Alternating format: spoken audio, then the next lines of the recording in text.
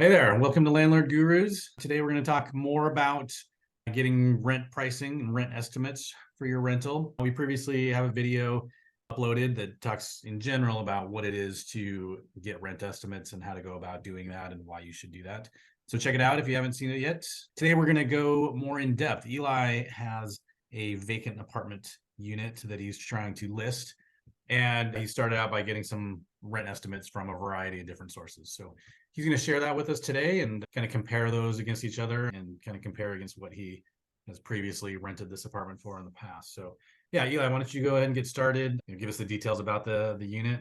Yeah, thanks, Chris. What I have in the way of my vacancy right now is a 1 bedroom, 1 bath in a building that was built in the 60s. So compared to some of the surrounding older buildings, it's got more generous proportions, lots of closet space, rooms are just bigger. I've had a tenant in there for several years. So when it came down to filling it, I went through and ran the reports to help me decide how to list it. So when I share my screen, and we'll take a look at a report that I ran through Avail. This report uses rent range, which Avail contracts with them. So it's embedded in the Avail platform, which is a property management software platform, one of our partners. I use it for the whole gamut from advertising to screening to rent collection, writing leases. So it's just a piece of this. I can go straight from my property detail and run a report. Now, this one, I'm working with Avail to fine tune this a little bit. This isn't quite as good information as I've gotten before on this particular unit because somehow it set a 0 search radius. So it's not giving me all the comps that I should get, but I thought I'd show you the type of information you get. So based on the information it's getting, which I think is more like county, it's broader, it's telling me my rent should be $1,972. I know that's high for this unit. I was getting $1,450 plus some utility and parking fees. So I was looking at $1,650 and trying to kind of validate my thinking there. I'll go on to show you another property where I ran a report that's a little more detailed. This is where the comps should be. So it's basically showing that there's no comps, but Yeah, I think that's a right. glitch in the system right now, or with this particular report. This particular report, but I'll show you one that doesn't have the glitch. Sure. So in any case, this gives you good trends for different bedroom makeups, broadly in the county, and then, further in Seattle, and then down to the individual zip codes. So that's a median rent, which is everything included. And when we have more comps in more detail, that'll be better. So let me switch over. Okay, so this is a totally separate property. It's a house of about 1,700 square feet. What this shows you is that within the radius, which is pretty tight, it's 1 mile, that it gives you the spread and a low and high range for your radius search, tells you about where it thinks you should be priced, 3720 in this case. And then that same information on vacancy rates and trends over time. But this is what I find to be really good information. You can see visually here in the neighborhood, the greenie is my listing. What else is out there, how big they are, bedroom and bath count, square footage, and you can see where you are in that mix. So, the first is a really small unit, but the rest of them are pretty close. Like these two, B and C are in that same range, 36 to 3,900. So you have a good idea of what the ballpark is and how to get your listing so that you're in that ballpark, so that people are contacting you so that you can show it and sell it.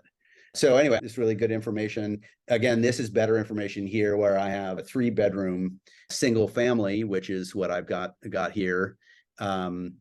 Median, average square foot and price per square foot as well. That's a good thing to kind of check yourself on. So right. Anyway, that's a better example of the value. And through Avail, it can be super slick to go to listing your property that's already in the system and ask it to give you a rent analysis. So you don't have to enter in any other information. It's just pulled straight from there. It takes the county records as far as some of those details and whatever else you've already got in the listing. Okay. But what it does, I like the comparables, but it doesn't really give you any other detail about, amenities though, does it?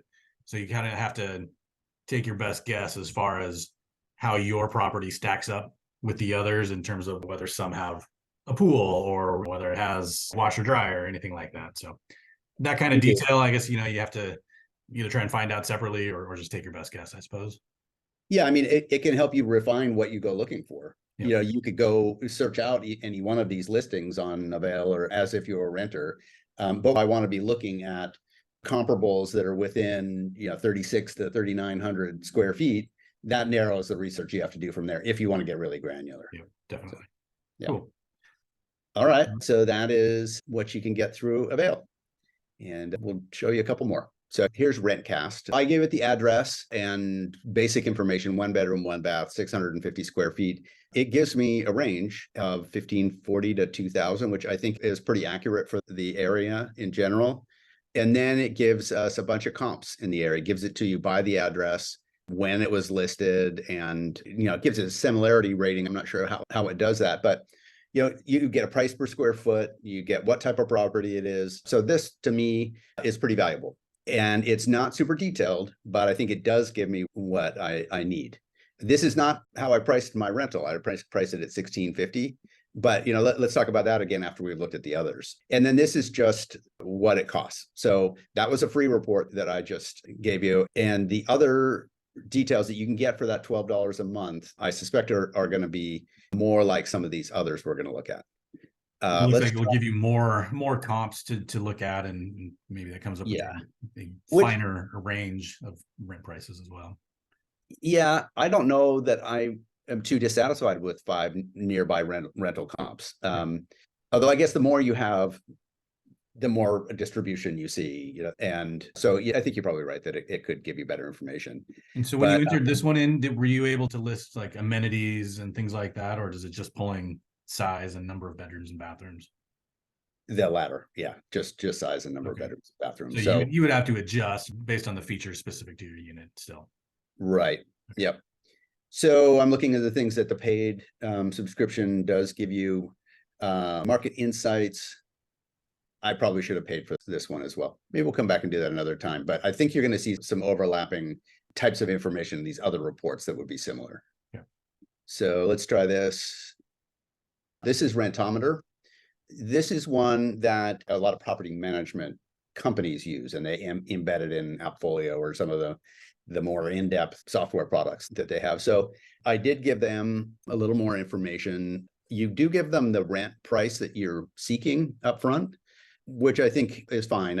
Because it kind of gives you health of your asking type range. Are you in the ballpark?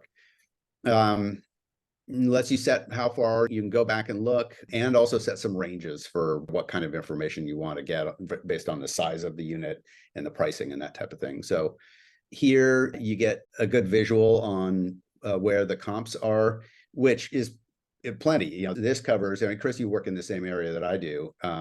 So, you don't need to go beyond this, really, I don't think, to see comparables. Those neighborhoods are pretty representative. Yeah. So that might change in different cities or different towns where you're at, but here in a denser place like Seattle, you probably get enough comps from a smaller range. And the neighborhoods there are variations. So you do want to look at what is right in your direct area. So one thing that this product has is it knows the neighborhoods.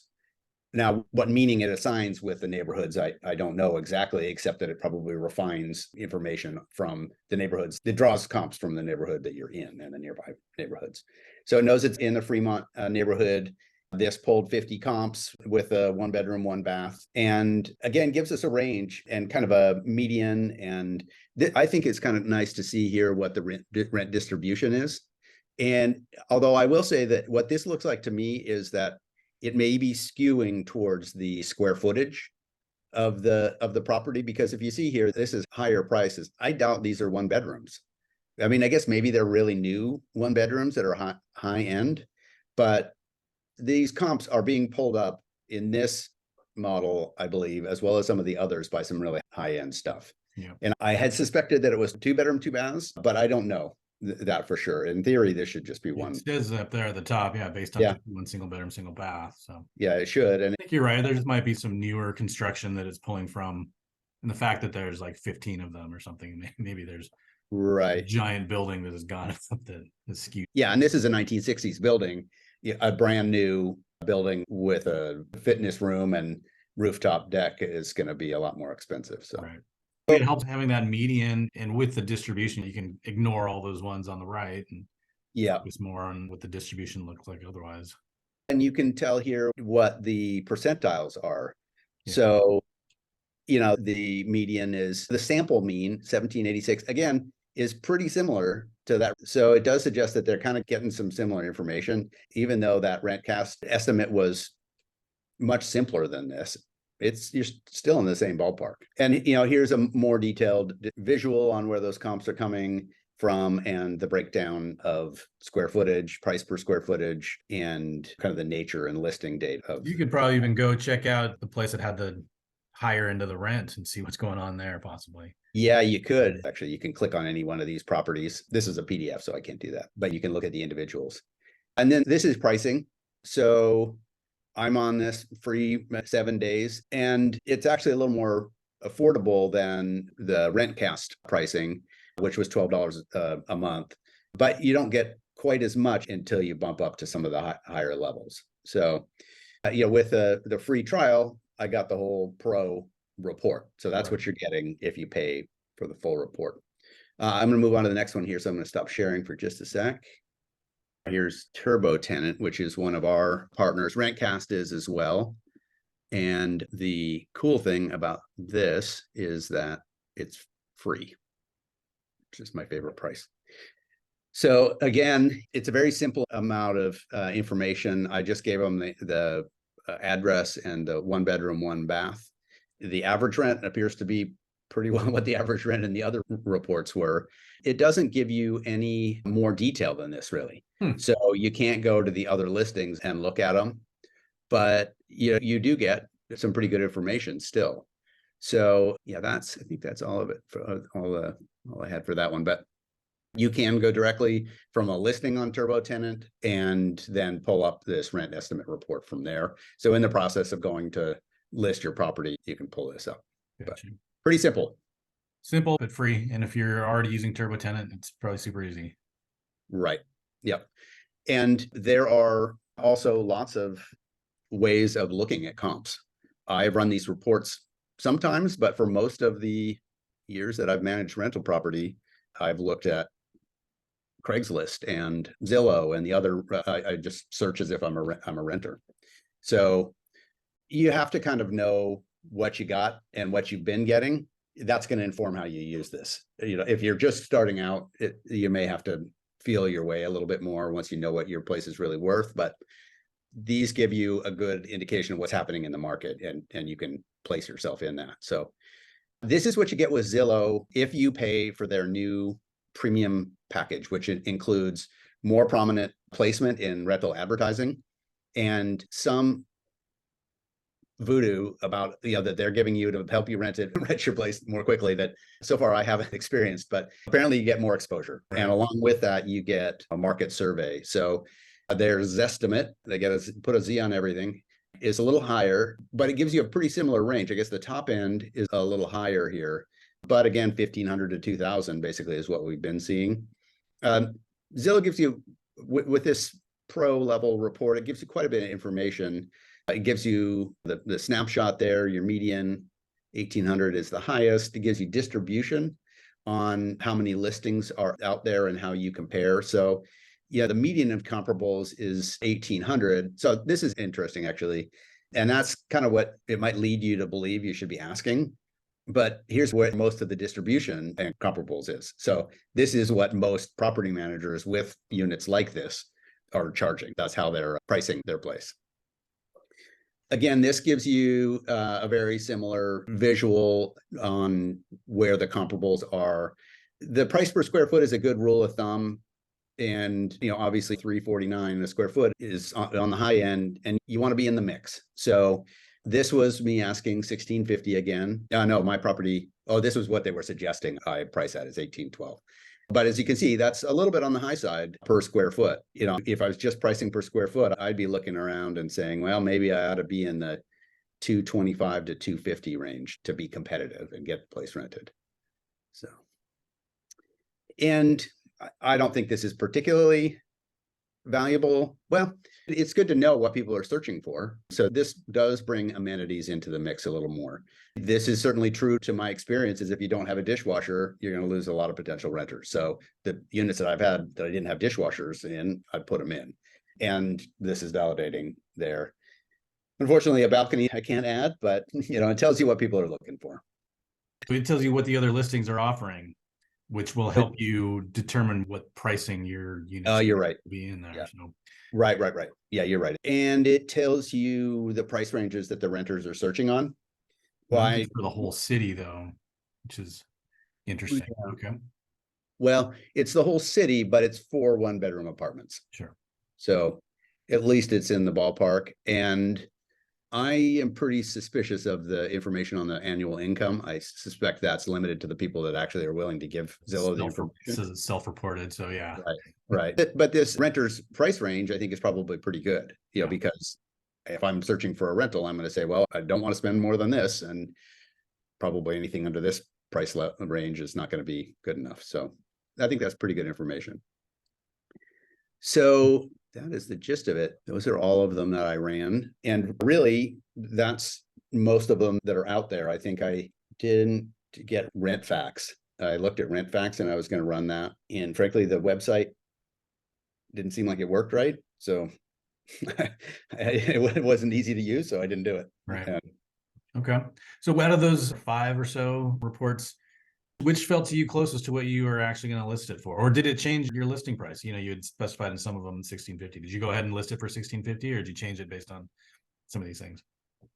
I rented it for 1650. I think Rentometer is probably the best information. Zillow's pretty good.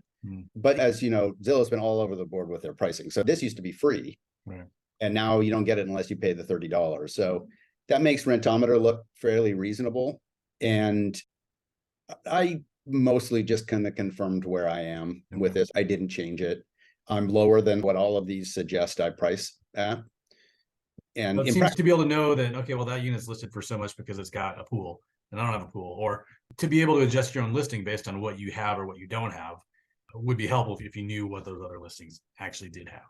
The amenities, a more detailed comparison, I think is what. Right? Yeah. Well, I mean, if nothing else, it can tell you what to promote in your advertising. You can realize, well, there's a balcony, and yeah, I mentioned it, but it doesn't make it into my headline. Right.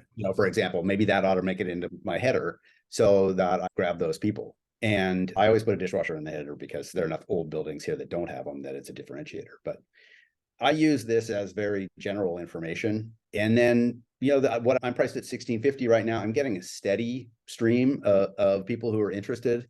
It's a fickle time of year right now. So I think I'm probably gonna have to lower it a little bit, but it's a strange time. It's the fall, people aren't doing that much. Rents seem to be coming down or softening a little bit. So I'd say using one of these is a good way to check your thinking and maybe adjust your advertising approach, maybe adjust your pricing, and just know you're in the ballpark. Find where the ballpark is so you can be in it solidly. Got it. Okay. Well, cool. That's all really interesting information. We will have links below the video to those products that Eli checked out, so you can see for yourself and use them if you like. And again, my only sort of departing comment would be like we talked about in the previous video, it's good to get these comparisons, but you got to adjust based on a bunch of different factors, which we talk about in that video and in another article, just to make sure that you get a better, more accurate representation of what that price should be. Yep. Arm yourself with knowledge. Yep, exactly. All right. All right. Thanks for watching. Check out the video, check out the other videos, like and subscribe, and check out the links below. Thank you. Thanks. Bye-bye.